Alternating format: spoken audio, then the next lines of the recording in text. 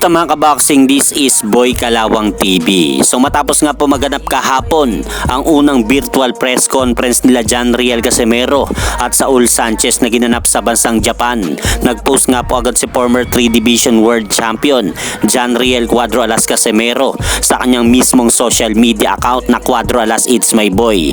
At dito mga idol, sinabi nga po ni John Riel Casimero na sa pagkakaalam po daw niya, ang halimaw ay hindi namimili ng kalaban. Kaya malapit na po daw silang dalawang magtuos ni Naoya Inoue sabay suntok ni Cuadro Alas. At ipinost nga rin po nito ang larawan nila ni current undisputed super bantamweight world champion Naoya Inoue ng kanilang boxing stand. At in-update rin po mga idol ni Casimero ang kanyang mga solid supporters patungkol sa kanyang solidong pangangatawan po ngayon. At sabay nag-shadow boxing nga po ito. Kaya makikita po natin dito na talagang lumiit na po at naging bato-bato na muli ang pangangatawan ni Cuadro Alas dahil sa puspusang pagja-jogging po nito at pagte-training sa kanilang boxing gym sa Ormoc.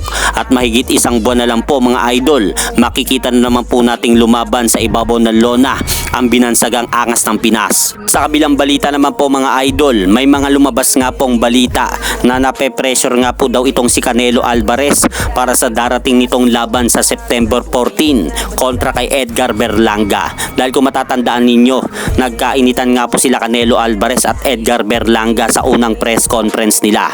At nagbitaw nga po si Canelo Alvarez na patutulugin ito si Edgar Berlanga sa kailang laban sa September 14 matapos nga po siyang i-disrespect nito sa kailang press con. Kaya may mga lumabas nga pong balita mga idol na nape-pressure nga po si Canelo Alvarez sa magaganap na laban nila. Dahil kung matatandaan natin, ang naging huling laban ni Canelo Alvarez ay noong talunin nito ang kanyang kapwa Mexican boxer na si Jaime Munguia, kung saan umabot pa nga po mga idol si Jaime Munguia sa decision at nagawa pa nga po ni Jaime Munguia pahirapan si Canelo Alvarez sa kanilang laban na yon. So ang ibig sabihin nga po dito mga idol sa mga lumalabas na balita na ito, sa 5 sunod-sunod na laban ni Canelo Alvarez ay puro hindi nga po nito na knockout sa ibabaw ng lona. Kaya maraming kritiko nga po ni Canelo Alvarez ang nagsasabi na nawala na nga po ang pagiging knockout artist nito sa ibabaw ng lona. Kaya malaki nga po ang tsansa ni Edgar Berlanga talunin nito si Canelo Alvarez sa kanilang magaganap na laban sa September 14. At hanggang dito na lang po muna ang aking update sa mga aganapan sa mundo ng boxing.